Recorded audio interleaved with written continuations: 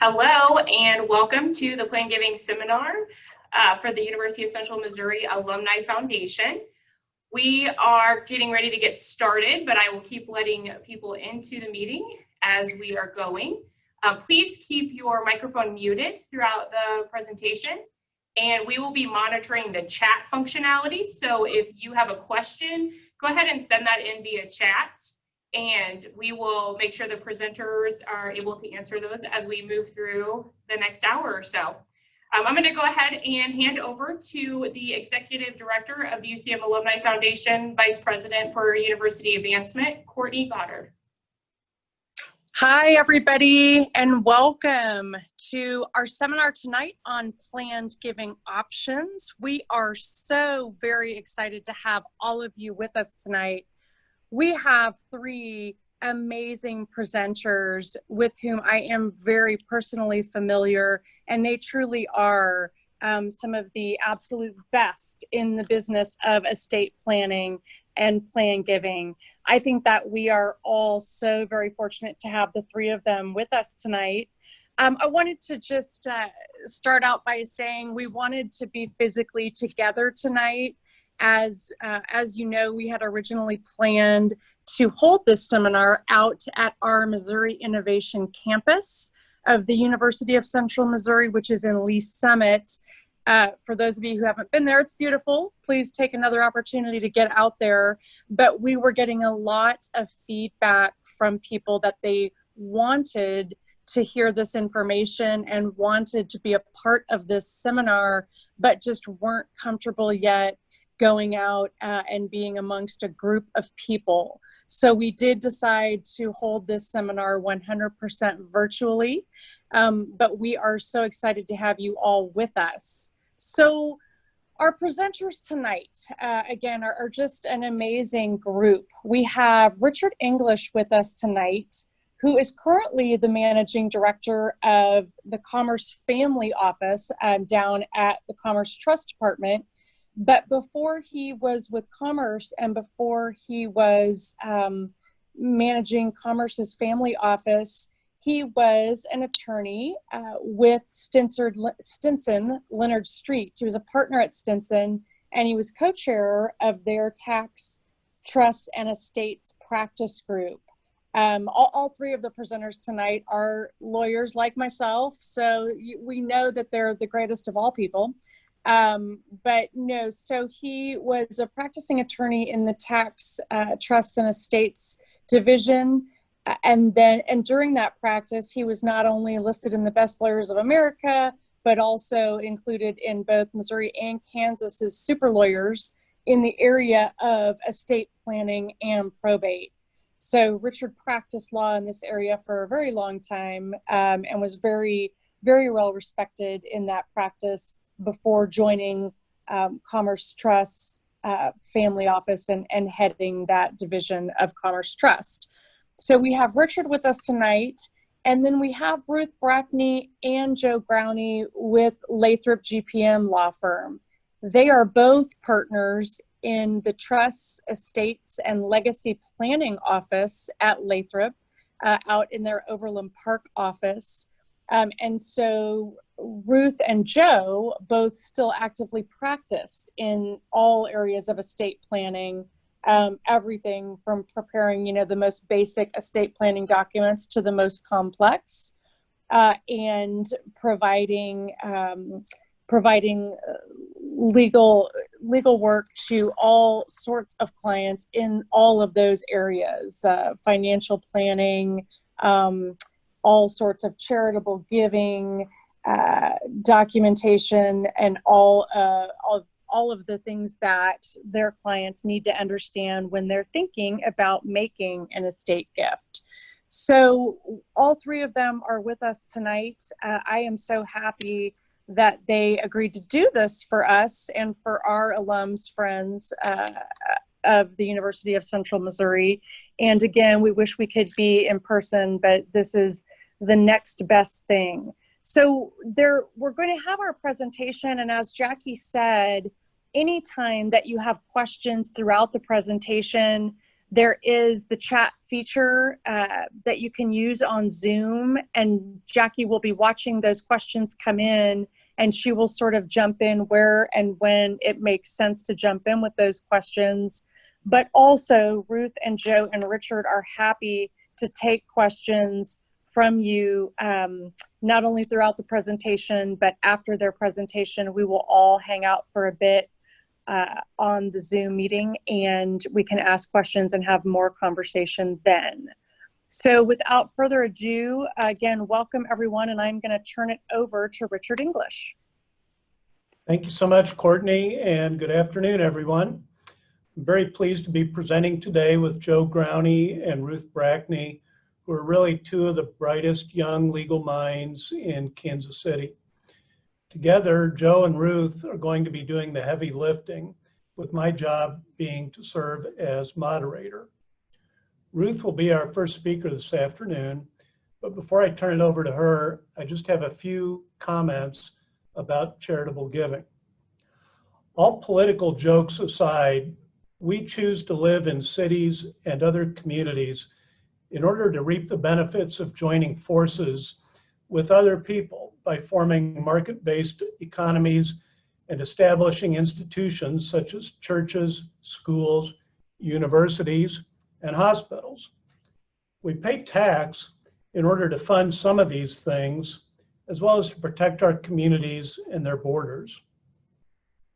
Our state and federal governments provide certain tax incentives to encourage us to fund organizations that provide food, shelter, healthcare, education, and other benefits to our population in order to ease the burdens that would otherwise fall to the US government or local governments.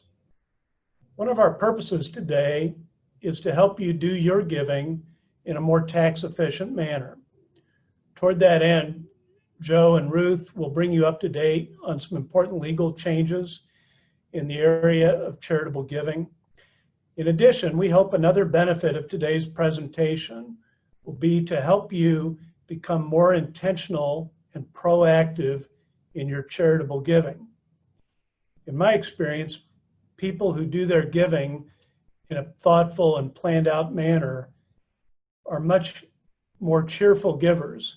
They enjoy the process much more than those who give out of a sense of guilt or in reaction to having their arm twisted. Despite the challenges of the coronavirus, and they are many, I believe that we have a fundamentally strong economy that enables generous people like you to give to the organizations they love, like UCM. By and large, Americans are very generous people who enjoy helping others. As I turn it over to Ruth and Joe, please be listening for ideas that might help you in your own charitable giving. And as mentioned, please feel free to ask a question either through the chat feature or afterwards as we hang out. And on the second page of this slide, you'll see our contact information. Feel free to call or email any of us after the presentation. Okay, with that bit of introduction, I'm going to turn it over to Ruth Brackney. Ruth, please take it away. Thanks, Richard. I'm going to turn off my video just for a little bit during this presentation, and then I'll get back to it later. Thank you all for coming, and thanks for that wonderful, glowing introduction, Richard. Sorry. Okay, here we go. Hopefully we won't have any technical difficulties tonight. So the purpose of this presentation is to provide you with various methods to give to charities during your lifetime and upon your death, in addition to the traditional cash gifts that a lot of clients, tend to do. So, I'm sorry, I actually already moved on. I'm going to talk about some of the techniques during lifetime and upon death, and then Joe is going to talk about some of the more sophisticated estate planning and charitable giving type techniques, including charitable lead trust and charitable remainder trust. So before I get started with some of the various types of gifting that you can do, I want to discuss a concept called bunching of charitable gifts. And you might recall that the Tax Cut and Jobs Act of 2017 increased the standard deduction. So if you're familiar with your income taxes, you can either take the standard deduction or you can itemize your deductions on your individual tax return. Prior to the Tax Cut and Jobs Act, the standard deduction was lower. So after the increase in the standard deduction, some taxpayers no longer have the ability to itemize, and so some of them no longer receive an income tax benefit for making charitable donations. Now, not all donors donate to get the income tax benefit, but that did have some discouragement to some donors who did make charitable gifts in the past, since they were no longer getting the income tax benefit. In fact, in 2018, which was the year after the enactment of that act, only about 12% of tax returns actually itemized their deductions. So you can see that this did have an impact on taxpayers. So the standard deduction under the new act in 2020 for married filing jointly taxpayers is $24,800. For single and married filing separately, it's $12,400. And for head of household, it's $18,650. So basically, like I said, you take the larger of your itemized deductions or the standard deduction. So the most common deductions that may be itemized are the unreimbursed medical and dental expenses, but that's only for those expenses that exceed 10% of AGI. So many taxpayers actually are not able to deduct any of those expenses. You can also deduct mortgage interest, which is debt that's incurred to purchase up to 2 homes. So it can be 1 house and a vacation home, for example. But the limits were changed as well. So prior to December 16, 2017, which was the enactment of that act, you can deduct up to $1 million of purchase debt or up to $100,000 in home equity loans for loans that are taken out prior to that date. After that date, the limit was reduced to $750,000 in purchase debt for loans taken out after December 15, 2017, and you can no longer deduct any home equity loan interest on any loans after that date. And then also there was a limit placed on the deduction of personal property taxes, state and local income taxes. So that's now limited to $10,000. And then one of the other common itemized deductions is the charitable donations. So if you add all those together and those are greater than the standard deduction, you can take that rather than the standard deduction. So one method in order to help increase that itemized deduction is to do something called bunching of charitable deductions. And this is a method where you basically bunch or aggregate your charitable donations in 1 year, and then you limit them in following years. So for example, say you have a married taxpayer that has $10,000 in state, local, and property taxes. They have mortgage interest of $8,000, and they typically make annual charitable donations, maybe to their church, maybe to their UCM, whatever it may be, of $6,000 per year. So that totals $24,000. Now the standard deduction, of course, like I said, in 2020 is $24,800, so it's larger. So the taxpayer will not be able to itemize and won't realize any income tax benefit from making the charitable gifts. So what the taxpayer could do would be to set up a donor advised fund, and we'll talk a little bit more about those later in this presentation. But the taxpayer can contribute $18,000 in year 1 to the donor advised fund. And this is the taxpayer doesn't want to give a large amount of charitable donations to this one charity. They want to space it out. They want to every year make a contribution. They don't want to necessarily make $18,000 in year 1. So that's why the donor advised fund is a good option, because they can park the money in the donor advised fund, and then they can use the $6,000. The donor advised fund can distribute out $6,000 to that charity in years 1, 2, and 3. So in year 1, when they contribute the $18,000, that will give them itemized deductions of $36,000 in year 1. So year 1, they can take the itemized deductions, and then they would not make this same donation in years 2 and 3, and then they could repeat this again in year 4. So you might hear about this method called bunching of donations. It's also, you can also try to maximize those other donations or those other itemized deductions as well, trying to get them into 1 year.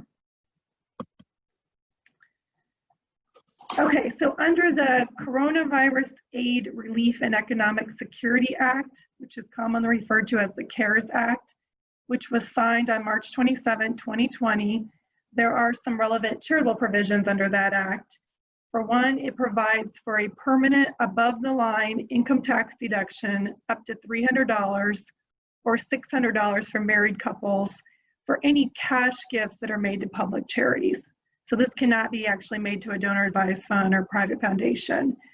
So this is kind of like a freebie for those taxpayers that actually don't itemize to be able to, you know, I know it's not that much money, but this is good for even like younger donors who don't have a lot of money. Maybe they're recent grads and they want to support their college or church or whatever. They can do this donation and at least get some deduction out of it. Also, for those donors that do itemize for 2020 only, and this pertains only to cash gifts, again, to public charities, there's typically a 60% limit of the donor's adjusted gross income on charitable contributions. And for this year only for cash gifts, as I mentioned, it's increased 100%. So that's a very good way for someone who has a lot of taxable income this year who wants to get a better or a larger charitable donation. So again, that's only for 2020. There's also been an increase for corporations that I mentioned on the slide. So now to talk about some of the various methods of gifting. I mentioned cash gifts. I think most people typically think of writing a check to your favorite charity when making a charitable contribution. It's simple, it's easy. It's what most of us think about. But there's some other options that might be better for you.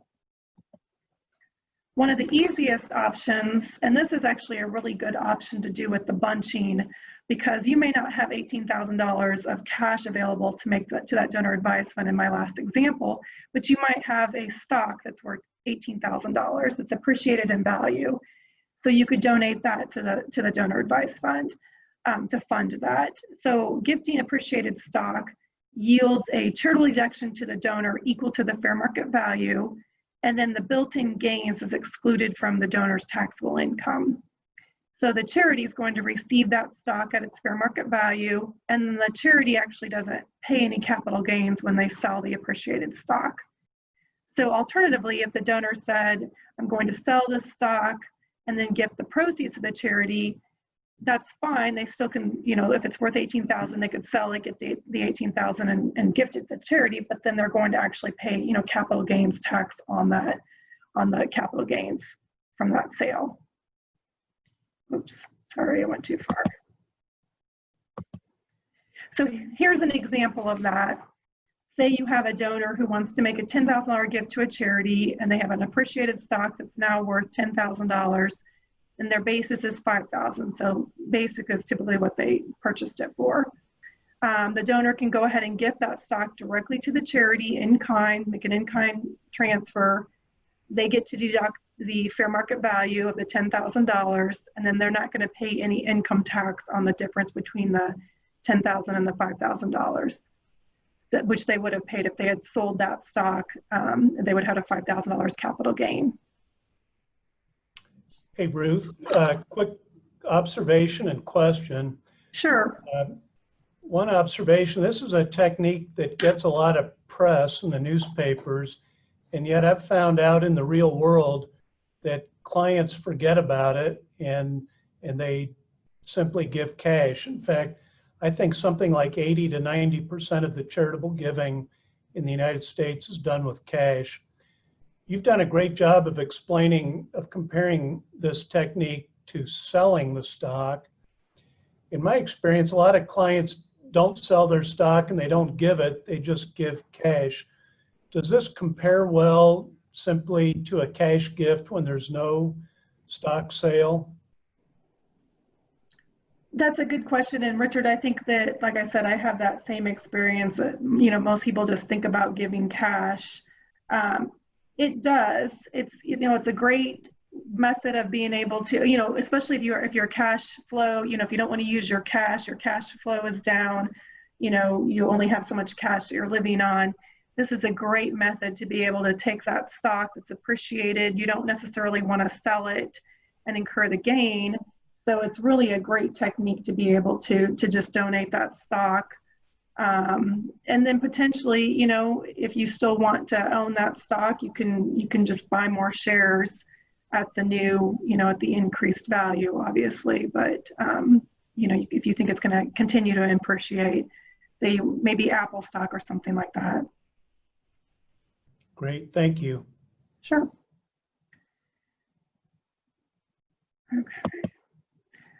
Okay, another very simple way to make a charitable contribution, and this is actually only applies to donors who are over 70 and a half, who have an IRA where they're taking required minimum distributions. Now, I will say that the SECURE Act, which is the Setting Every Community Up for Retirement Enhancement Act, is the actual formal name of that, and that was actually signed into law last December. That raised the RMD, or that's RMD stands for Required Minimum Distribution age. It was 70 and a half, but as of this year, it's 72. But you can still, if you're over 70 and a half, do these charitable rollovers. So you can actually, you know, if you have a required minimum distribution, you can have that go directly to the charity. It has to go directly, so it can't come to you first and then you donate it to the charity. You have to have it roll directly from the IRA to the public charity. And it also cannot be a donor advised fund or private foundation. So it could be, for example, UCM or your church or whatever. You don't receive an income tax deduction, but basically it's kind of a wash because it's not included in your income. So this is a great technique too for those who, donors who don't itemize. And like I said, it does count towards the requirement of distribution that is required each year. Now, under the CARES Act that we mentioned earlier, they suspended the RMD requirement for 2020. So, for example, some clients may have already taken that in January. Some people take it every January. They actually could pay it back. They had until I think August 31st to put it back into their IRA.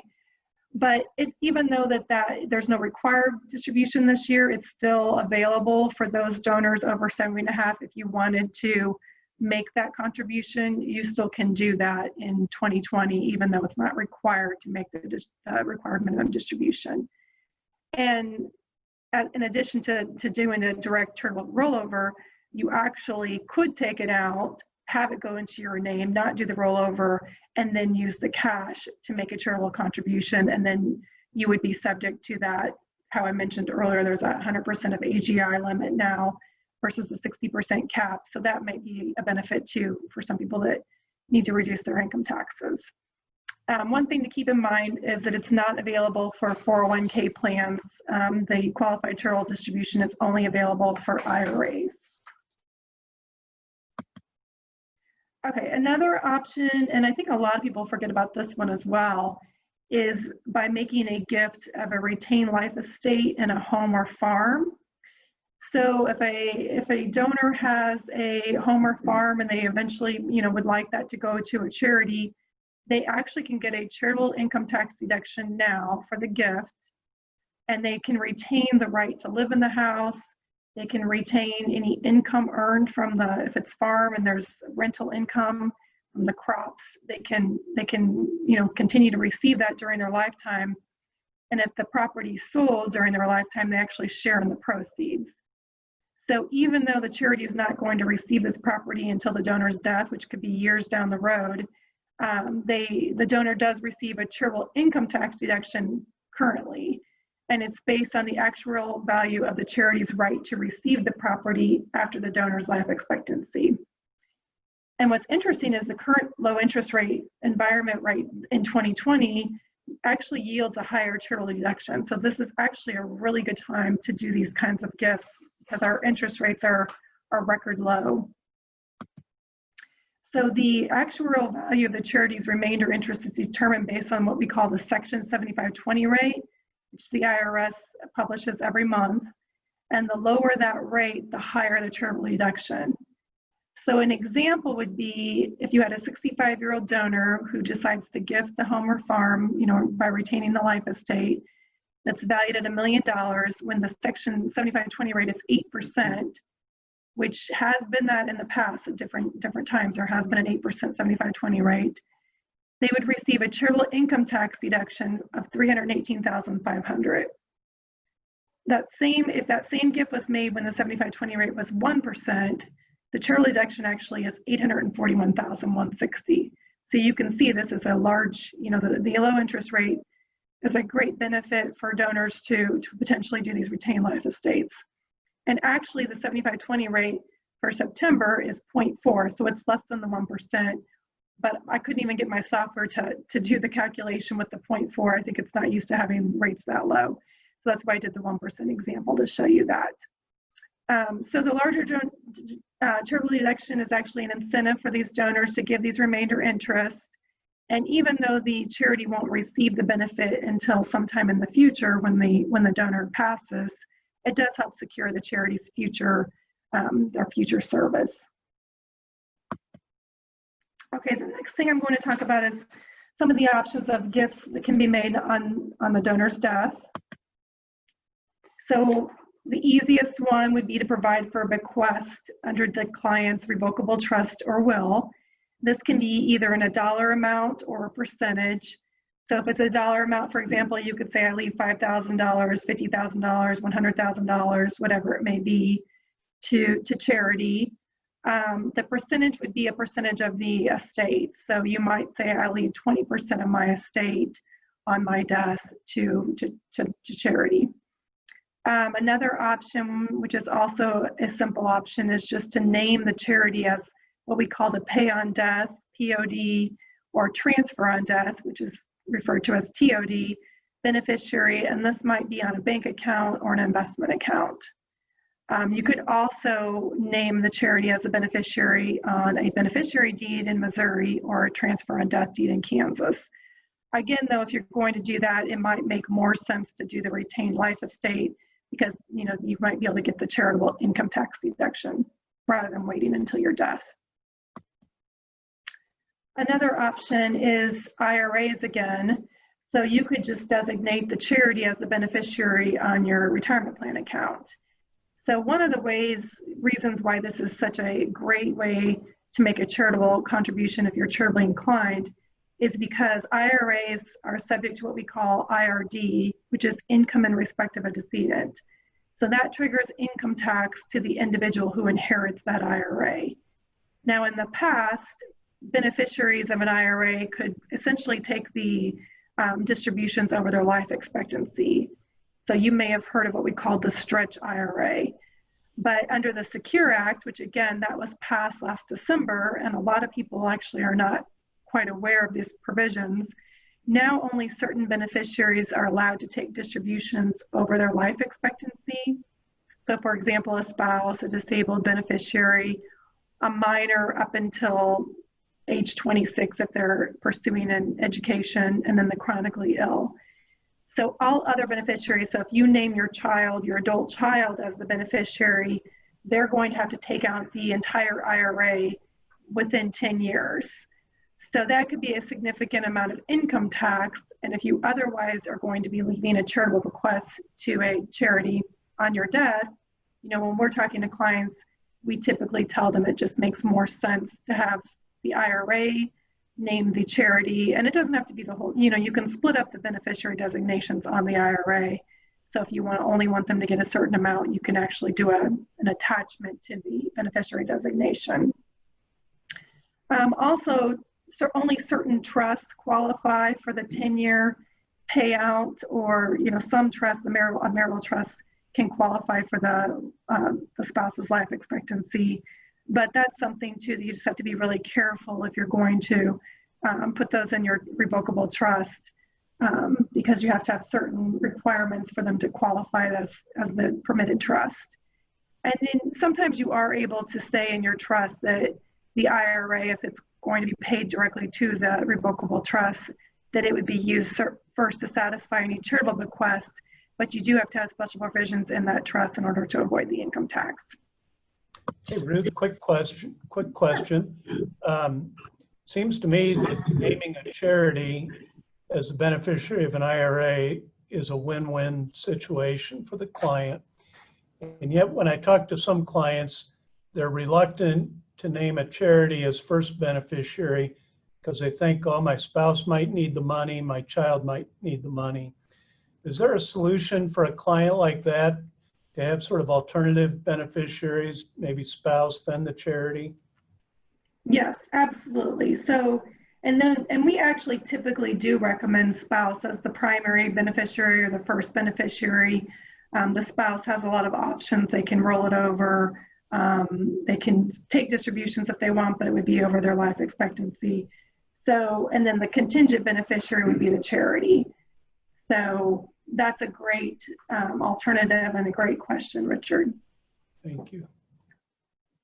The last way to designate, or one of the simple ways, because I know Joe's going to talk about some more complicated techniques, is life insurance. So if you have a life insurance policy, and maybe originally you bought that life insurance policy because you had minor children, and now, you know, maybe it's paid up and your children have other assets to receive on your estate. So one way is just to name the beneficiary as the life insurance beneficiary under the life insurance policy. I'm next going to just briefly talk about just donor advised funds and private foundations, since I did mention a donor advised fund earlier. Some clients like to set aside funds in order to leave a legacy and create an enduring family philanthropy. So, you know, they may want to encourage younger generations to be involved, you know, with future charitable giving or even charitable giving during lifetime. And they may want to encourage their family members to come together as advisors each year to make charitable gifts. I have some clients who like to set these up, and then every year they get together and decide, you know, where they're going to leave the money to that year. Or, you know, you can even say each child can determine 5% of the required distribution. If it's from a private foundation, they have a required distribution. So it's just a way for families to encourage that interaction among future generations, and kind of help them to get into you know, into charitable giving. So another thing to do is some donors, you know, this is something that you can work on also with the family members, is to develop a mission statement for the donor advised fund or the private foundation that would set forth, you know, the type of entities or causes it wishes to benefit after the donor's death. So the next couple pages is a chart which compares donor advised funds to private foundations and the difference between the two. So donor advised funds are created typically at a community foundation. So here in town, we have the Greater Kansas City Community Foundation. We have the Truman Heartland Community Foundation. We have the Jewish Community Foundation. Those are the three main ones that I tend to hear the most about. There's also some smaller ones as well. Very easy to set these up at those foundations. There's also some institutions that do these as well. So some of your financial advisors may have the ability to do these. But typically the minimum to open an account is about $5,000. There is an annual fee, but it's not very large. And it's pretty immediate to set these up. You fill out some paperwork, fund it, and your account's set up. And like I mentioned earlier, these work well with that bunching technique that I brought up about trying to get your charitable donations bunched into 1 year by funding this donor advised fund and having it sit there until you're ready to make the contributions to the charity. So the private foundation is actually either set up as a trust or a corporation. The trust is probably a simpler structure because you just have trustees and successor trustees, where a corporation, you would have a board of director and officers and need to have annual meetings and things like that. There's no minimum, but we typically recommend, because of the annual administration, that 10 million, or at least maybe down the road might receive 10 million. So it might be smaller during your lifetime, but if you're going to be funding it with a larger amount on death. But it's just because there's a lot more administration involved with the private foundation. And it does take longer to get these set up. You have to file a Form 1023 with the IRS, and just there's more paperwork involved.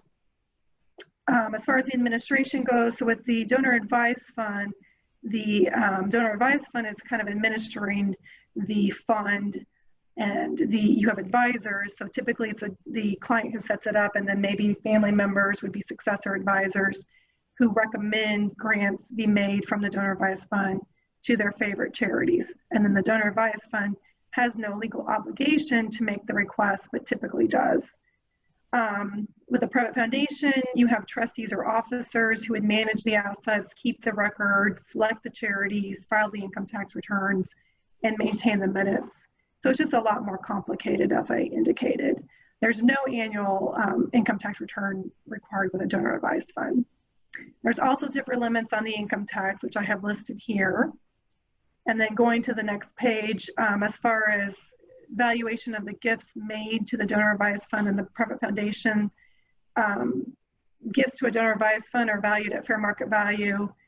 Gifts to a private foundation are valued at fair market value if it's publicly traded stock, but it's actually valued at basis, your cost basis, if it's real estate or closely held stock. I mentioned the required annual distribution. There is no annual required distribution for the donor advised fund at this time. And private foundations, you have to distribute, it's roughly 5% of the net asset value determined December 31st of the prior year. There's also more privacy with the donor advised fund because the names of the donors can be kept confidential and the grants may be made anonymously. I also mentioned there's no annual filing, but with a private foundation, you have to file a Form 990-PF every year, which is a public document and includes information on the grants that were made, who the trustees are, who the officers are, and if there's any salaries. And then finally, there's no excise tax on the donor advised fund, but there is a flat 1.39% excise tax on investment income, and that actually was changed last December, that percentage for private foundations. Ruth, thank you so much. Just, I guess, one other observation on donor advised funds and private foundations. It seems to me that with a lot of clients, the biggest distinction is the ability to hire people to work for the fund. If you're not interested in hiring somebody and having a staff, donor advised fund is a great alternative. But if you are interested in hiring an executive director or other staff members, you really can't do that with a donor advised fund, can you, Ruth? Yes, that is correct. And that is one reason why, you know, some clients might want to have a private foundation is they may want their children or grandchildren to run the foundation down the road. And then, you know, there's some limits because there's some, you know, there's some self-dealing in it, but if it's reasonable compensation, that can be paid to them. So I'm going to now turn it over to Joe.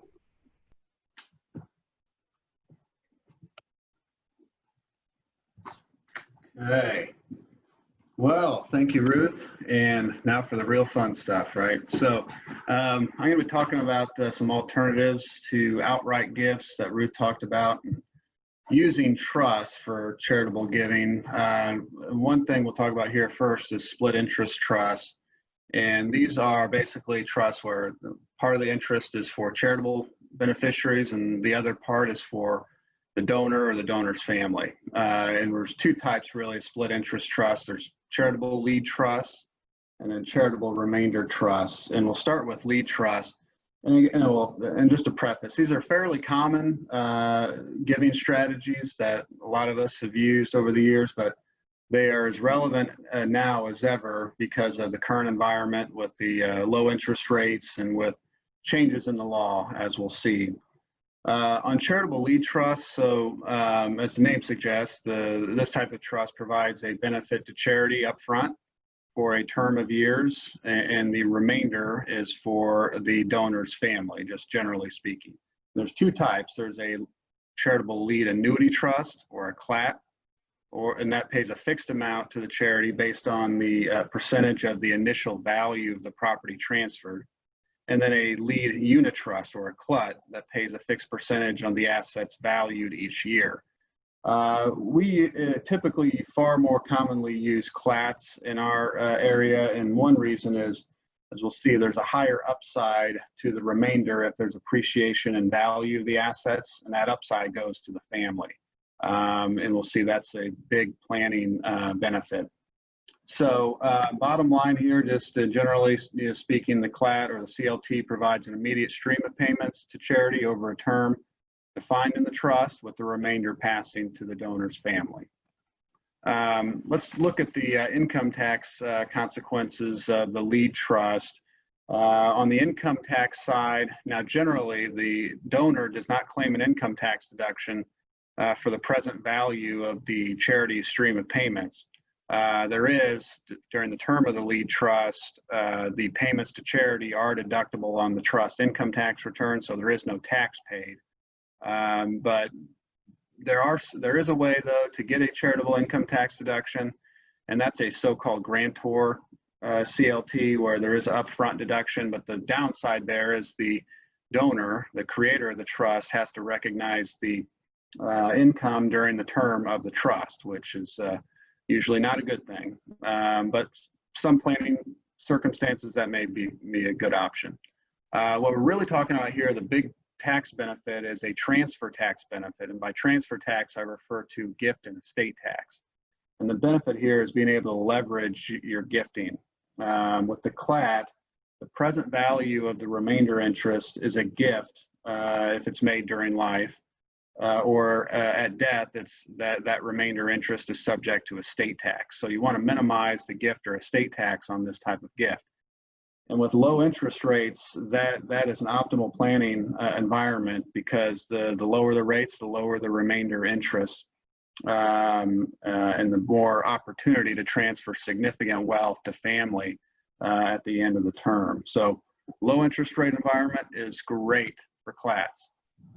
So let's look at an example here. Ruth mentioned the low 75/20 rates. So in September, the rate is 0.4%.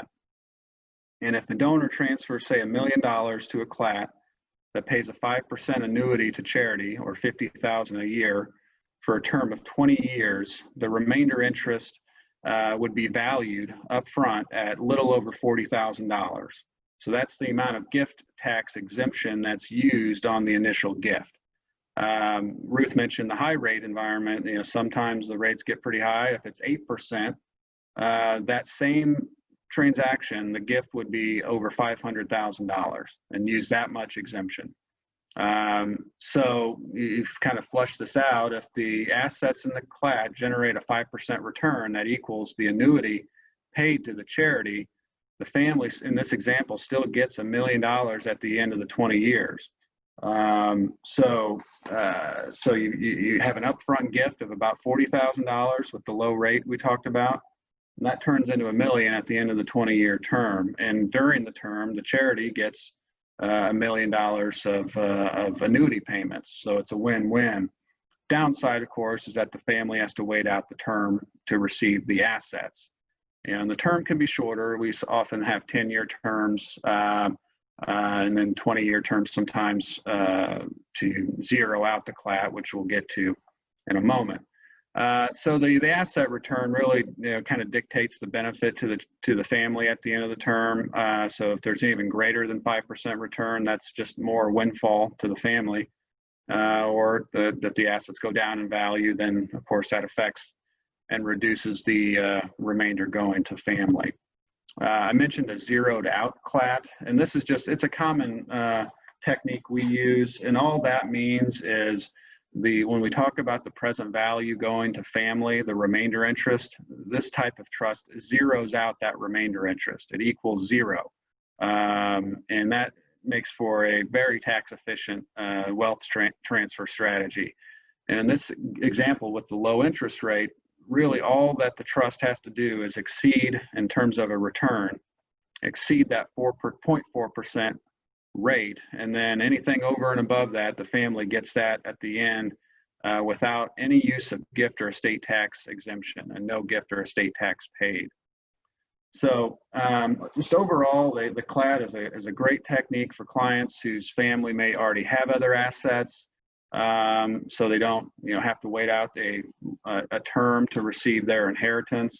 And it's good for wealthier clients who can put in a sizable amount into a trust like this and let it grow over time, and let that leveraged gifting occur where there's a small amount of gift or estate exemption used for a much larger amount that's received at the end, while at the same time satisfying the donor's plan giving and charitable objectives. So again, it's a win-win scenario. There are some techniques we use with CLATs that are really good for closely held business interests and are some cutting edge techniques. We won't go into a whole lot of detail there, but there's a lot of different sophisticated planning techniques we use with CLATs to generate substantial estate and gift tax savings for the donor and the donor's family. So a good strategy for that leverage of the client's state and gift tax exemption amounts. That's really what drives a lot of the CLAT planning we do. So we have a couple of questions. Yes. So the first question is, what type of CLT did you say was much more common, and why is that? Yeah, more common is a CLAT, an annuity trust. That's the trust that pays an annuity to the charity each year based on the initial value of the property going in. So it freezes the amount.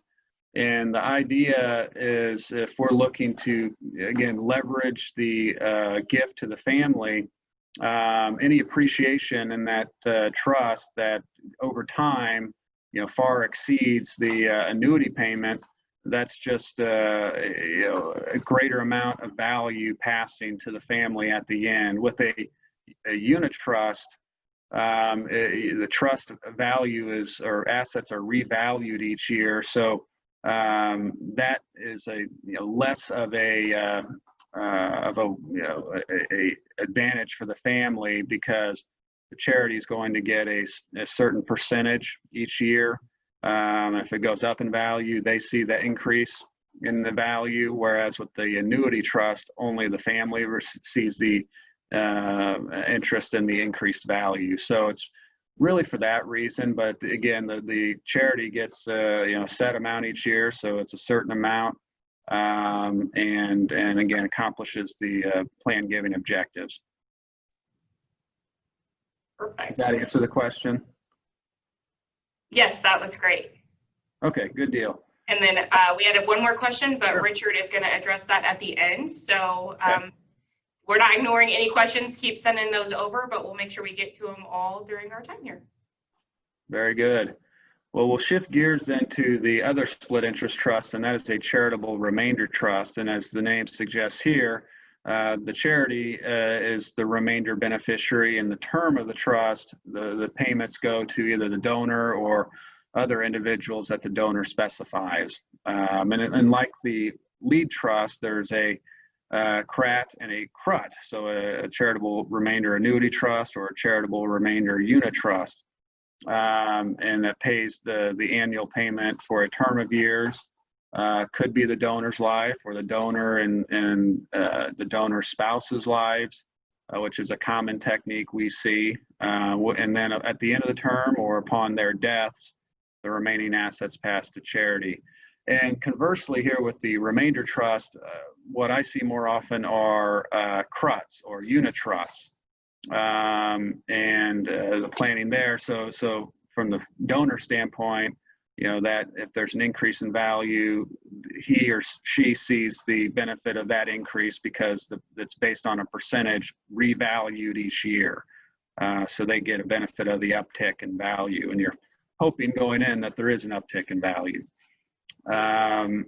So the great thing about Cruts is there's all sorts of flavors here and different kinds. So very flexible planning strategy, and it can be done in such a way to address use of illiquid assets where that it's hard to maybe initially produce the required payment. So there's something called a flip Crut or a NIM Crut, and the idea with those is for some period of time, the unit trust is actually the lesser of net income that it produces or the unit trust percentage. So if the unit the net income is lesser, that's what the donor will get, but it could switch at a later date if there's a triggering event, it could then convert to a straight unit trust amount. And a conversion event could be, say, sale of an illiquid asset like real estate, or some date that the donor specifies. There's a lot of flexibility there. With a NIM CRUT, a lot of alphabet soup here. So with a NIM CRUT, that means a net income makeup CRUT. And all that means is if there are early years where the income is less than the percentage that has to be paid, in later years when the income exceeds the percentage, there's a makeup. So the donor gets the makeup and the shortfall from those earlier years. So that helps the donor in ultimately getting a little bit more out of the CRUT if there's some down years in the early part of the term. Ruth mentioned a sale of, a gift of appreciated stock to charity, and then if there's a sale of the stock, the donor doesn't recognize the gain and the charity doesn't either because they're tax exempt. Well, the CRUT can be a similar vehicle for that strategy. And the idea there is the donor contributes that appreciated stock to the CRUT, and then the trustee sells the stock. The CRUT's a tax exempt entity. It doesn't recognize the tax or recognize the gain. The beneficiary, who, let's say it's the donor in this case, will recognize the gain that he or she would have recognized if they sold it before creating the CRUT. But the benefit here is that it's recognized over a number of years. There's a deferral advantage here because under the CRUT taxing rules, the unit trust payments are taxable based on a tiered system, which we'll talk about in a little bit.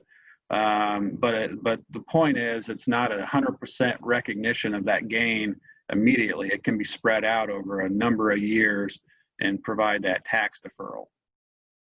One thing, though, just to mention on that is it's important not to transfer the stock to the trust, to the CRUT if there's an obligation to sell the stock. The IRS will say that because the trust was obligated to sell it, you as the donor are obligated to pay the gain, report the gain and pay the tax on that. So it has to be done early enough in time to make that work. Now, one thing we'll focus on here, and this is something that's very timely, and again, as a result of kind of where things are this year and then the legislation that Ruth mentioned.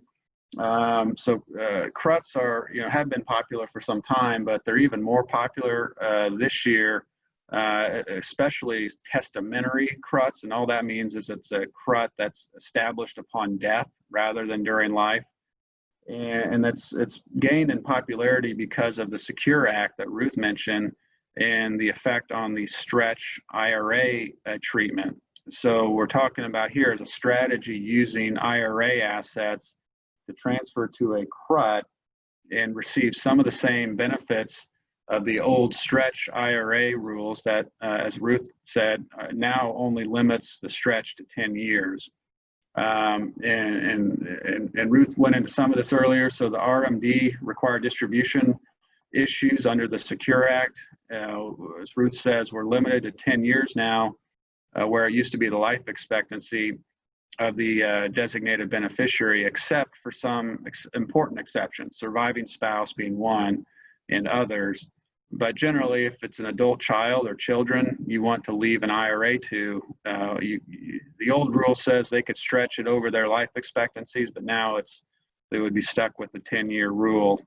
And if they use a trust, which is common in our world, Ruth mentioned it's a 5-year rule unless certain provisions are included in the will or the trust to get the 10-year treatment. So it creates administrative complexity and rewriting some trust terms to make that work. So what the strategy here then is using a testamentary CRUT, again, upon death, to use the IRA and kind of mimic the old stretch IRA. So the example in here is client plans to leave the IRA to adult daughter.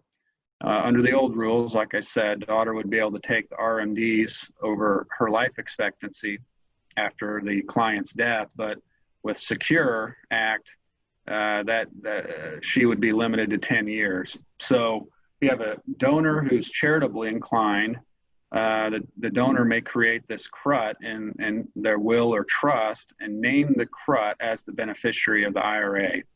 And the CRUT, the daughter, is the lifetime beneficiary of the CRUT, and she has to receive at least 5%, that's the rule, of the unit trust each year. And then one or more charities are the remainder beneficiaries at daughter's death. So how does that, equate to the old stretch? Yeah, yes, Richard. Quick question. This is one of those techniques that sounds great to me. I've read articles about it, and it sounds like a wonderful technique. I'm just wondering, out in the legal world, are you seeing clients actually do this, or are people understanding it and taking advantage of it?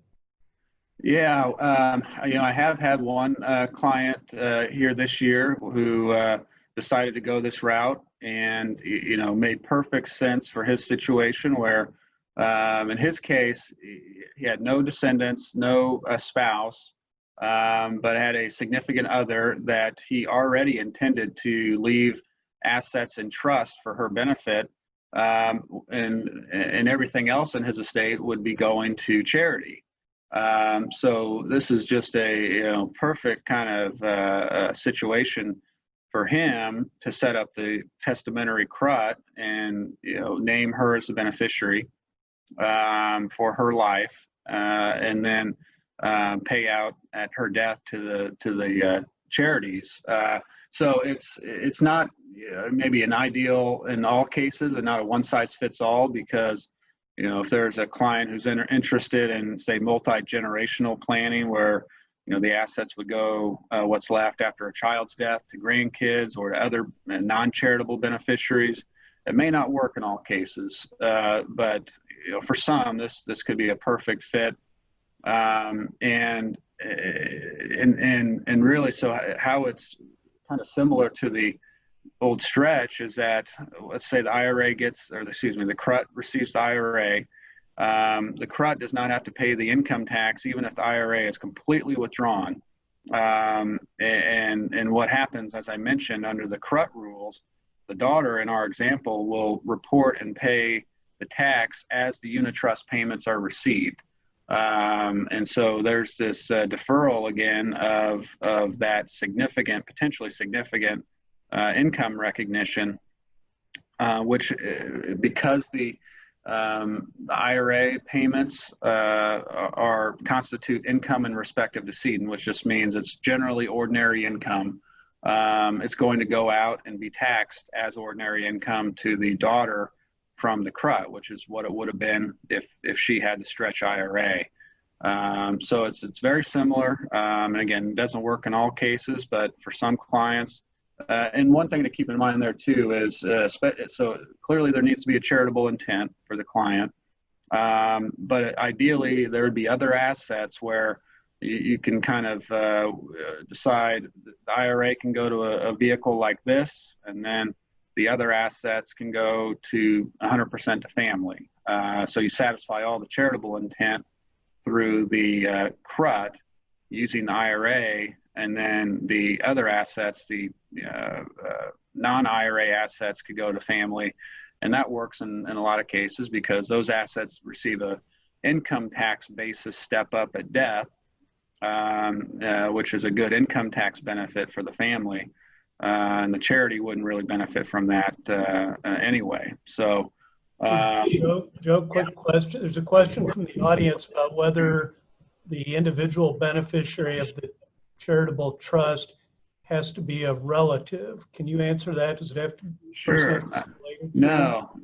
A CRUT. That's a good question. A CRUT can name any individual or multiple individuals even as beneficiaries. And so for lifetime CRUTs, it's usually the donor or the donor and donor spouse. We see that very commonly. But also we see sometimes CRUTs are set up for other individuals. There are gift tax consequences that come into play there, of course, on lifetime CRUTs for persons other than the donor. But for testamentary CRUTs, certainly any individual or multiple individuals can be the life beneficiaries. The one caveat being that there has to be actuarially a 10% remainder value to charity. So, depending on the age of the beneficiary or beneficiaries, if there are multiple individuals, you have to meet that 10% requirement. So that could limit, some of the options there. But that's a good question. You can include anyone in this type of planning. So at the end of the day, the Cruts, and this particularly the IRA, use of an IRA for a testamentary Crut is, I think, gaining in popularity with the Secure Act, but certainly, it's still a great strategy for charitably inclined clients, even outside of the IRA context. And at death, the last note here, there is a estate tax charitable deduction available for the value of the remainder interest if the client has a taxable estate, which right now, with the exemptions as high as they are, and not a lot of people are, but if the laws change, as early as next year, as a lot of people speculate, depending on the election, the exemptions could be lowered substantially, and there could be more use for estate tax planning for this type of vehicle. So the last part here, I know I'll try to keep this part brief, but just a couple quick notes on charitable gift annuities. And this is a technique very similar to a Crut because the concept is similar. It's an agreement where the donor or donor and donor spouse typically receive an annuity each year for life, and then the remainder goes to charity. So it sounds an awful lot like a Crut, but there are a number of differences. One being that it's a direct transfer to a charity rather than a transfer to a trust.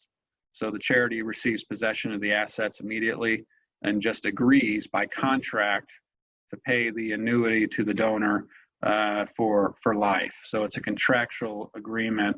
There's not as much flexibility with the charitable gift annuities, but there is some. It can be an immediate annuity, or it may be deferred, so it can start at a later date.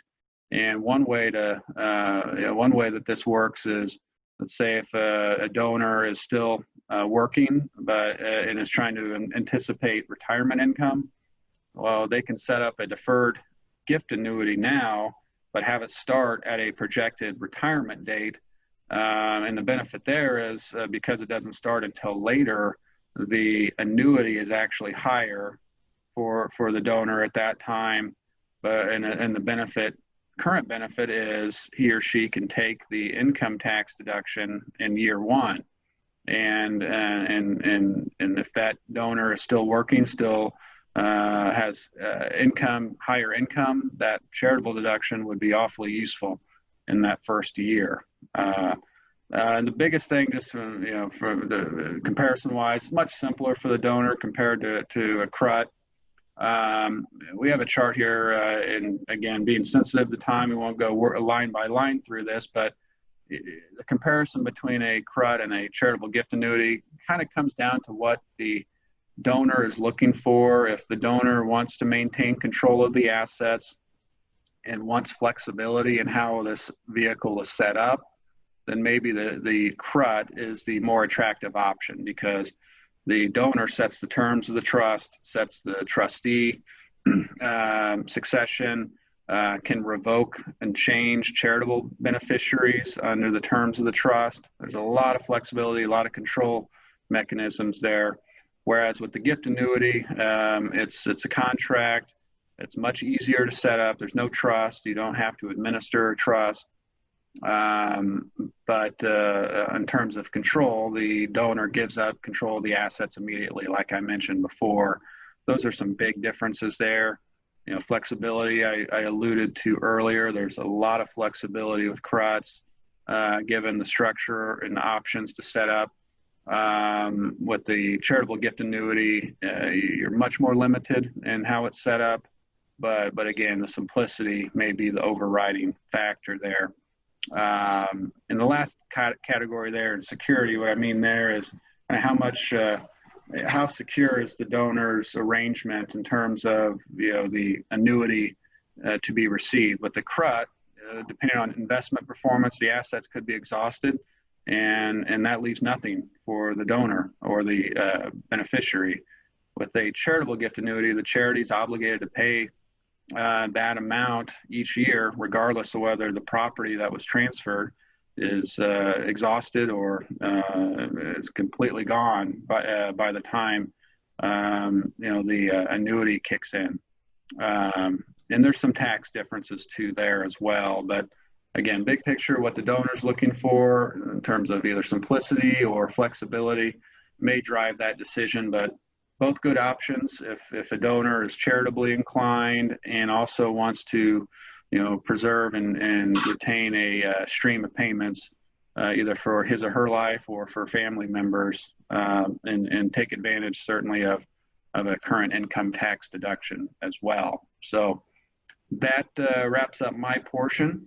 And I think, Richard, I will pass it back to you. Before we do that, Joe, I'm sorry, Richard. Joe, we have a question for you. Yep. With the traditional IRA, what has to be done to make it a testimonial trust? To set up the trust, that's a good question. So what the donor would do is create the trust, the CRUT, in this case, the testamentary CRUT, in either a will or a revocable trust. So that document, or it could be a standalone trust, but the bottom line is it's a trust that the donor creates that sets out the terms of the CRUT. And the next important part is the beneficiary designation for the IRA to specifically designate that trust as the beneficiary. So there's a couple steps there, and it's important to get that all lined up. So there's work there in creating the trust, of course, but also going to the administrator or custodian of the IRA to update the beneficiary designation to name the testamentary CRUT as the beneficiary of either all or some portion of it. Ruth mentioned it can be a percentage of the IRA that goes to this, and the rest can go to family. So it doesn't have to be all or nothing. Does that answer the question? I think it did. Okay. We can get a second question at the end. We have one final slide to talk about donor intent. But before I get to that, I want to respond to one question that's been raised, and it really asked for a little more detailed example of the differences between leaving money to individual beneficiaries and leaving money to charity, like the UCM Alumni Foundation. So let's create a specific example. And I guess when I think about planning, my first stop is always the low-hanging fruit. What's the low-hanging fruit in my estate plan? Things that I can do easily and get the most bang for my buck. And I think in today's presentation, while all the techniques are great and have potential for a lot of donors, to me, the low-hanging fruit is the gift of appreciated stock to charity and naming a charity as the beneficiary of an IRA or 401k. And let's just give a quick example of that. If I have an IRA that's worth $500,000, and suppose I'm a big wealthy guy with a taxable estate, one that's subject to federal estate tax, and I decide to leave my IRA to my daughter Rachel, because she's been so nice to me all these years. Out of my $500,000, if my estate is subject to estate tax, we have to think about the fact that that IRA might be getting reduced by the estate tax liability. Now that's going to depend on what my other documents say and who ends up having the burden to pay the estate tax. But if the tax rate is 40%, I didn't bring a calculator with me, but I think that 40% of $500,000 is $200,000. And in addition, when my daughter receives the proceeds of that IRA, she's going to have to pay some income tax on it. And if she is in the top marginal rate and has a potential combined federal and state income tax rate of about 40%, well, gosh, there's another $200,000 that could be lost. Now, in fairness, there's some interplay between the estate tax and the income tax, so the combined impact will not be $400,000, but I can guarantee you folks, it's still going to be unpleasant. What if instead I find some different assets to leave to my daughter Rachel, and I give that IRA to the University Alumni Foundation? How much do they get to keep out of my $500,000 IRA? Well, they pay zero estate tax because I get a federal estate tax deduction, a federal charitable estate tax deduction, and they pay zero income tax because it's a tax-exempt organization. And again, I didn't bring my calculator, but Joe and Ruth, if I subtract zero from $500,000, I think I still have $500,000 left for the university to enjoy. So to me, those two things are the low-hanging fruit in this presentation. The final topic was donor intent. And this covers everything that we've talked about today, because when you're making a significant charitable gift, you have to think about whether or not you care about the use to which the charity puts the money. Do you want it to go to a specific purpose, like building a building, fixing the organ in the concert hall, or do you want to just leave it up to the university or the foundation to spend it as they choose? Charities probably prefer unrestricted gifts, but even this can create issues for charities. One of the most public examples of this came with respect to the Ford Foundation. When Henry Ford II, who was the son of Edsel Ford and grandson of Henry Ford, made a rather noisy resignation from the board of the Ford Foundation after serving on it for 33 years.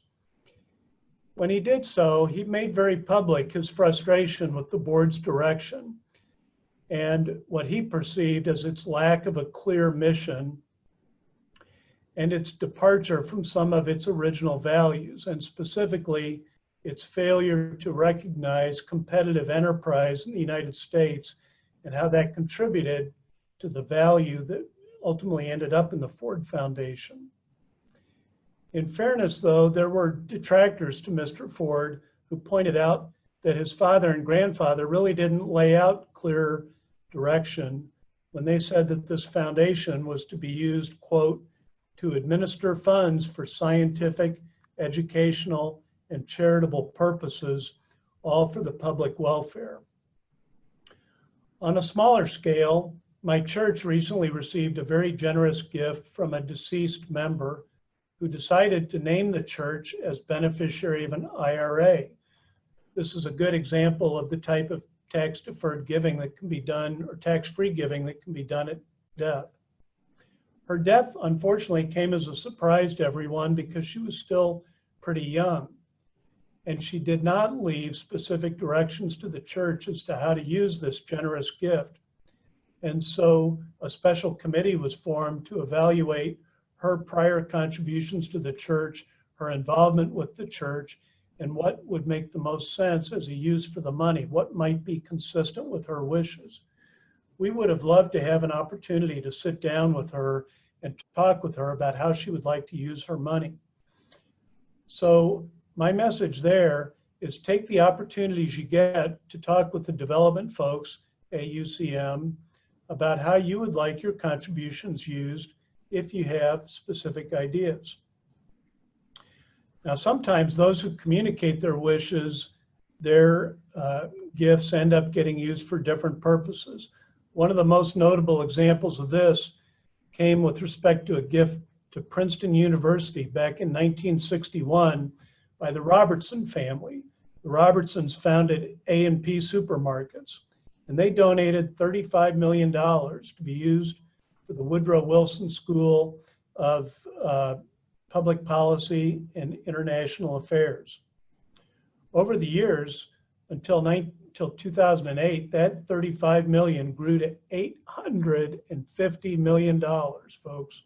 That's a big gift. And over the years, the Robertson descendants grew disaffected with Princeton University and how they were using the money. They felt that Princeton wasn't using it for the stated purposes. In fact, it ended up, they were so frustrated that they took their case to court trying to revoke the charitable gift or break it up.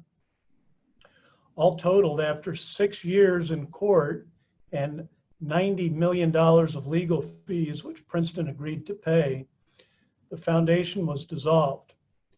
I'm not sure if there was really a winner in this lawsuit other than the cause of donor intent, because it got a great deal more press after this very public lawsuit.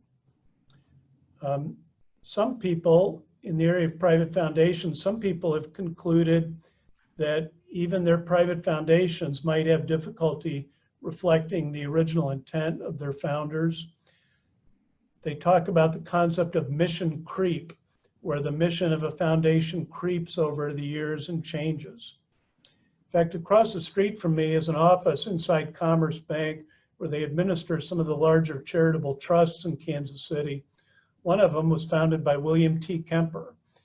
And the staff who work on that foundation keep a very large black and white photo of Mr. Kemper, just to remind them that this was his money, started out as his money anyway, and they should follow his intents.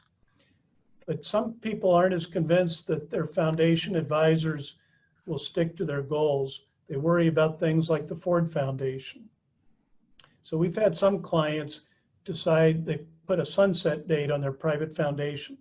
I have one family I work with who has a very sizable private foundation, and it's going to terminate when the parents and the children are no longer able to give it direction. For many, this has led to an emphasis on lifetime charitable giving. One of my clients loves to repeat a phrase that's attributed to Sir John Templeton.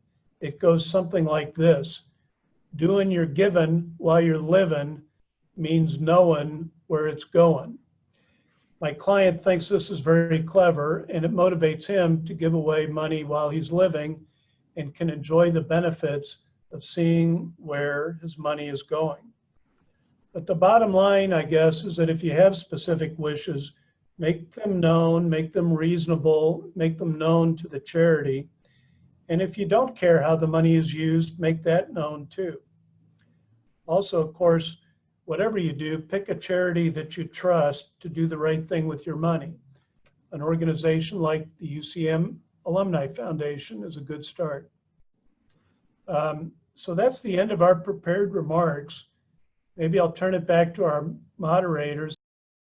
We are always available and of course very interested in answering any questions that any of you have on planned giving and estate giving. But I just want to thank everybody so much for attending this evening, and all of these materials and all of our contact information will be sent to you following this. So thanks so much, everybody. And thanks so much, Richard and Ruth and Joe. Thank you, Courtney, for the opportunity. If there's anything else we can do for you or your team, just let us know. Absolutely. Thanks so much, everybody. Thank you. Thanks. Good evening.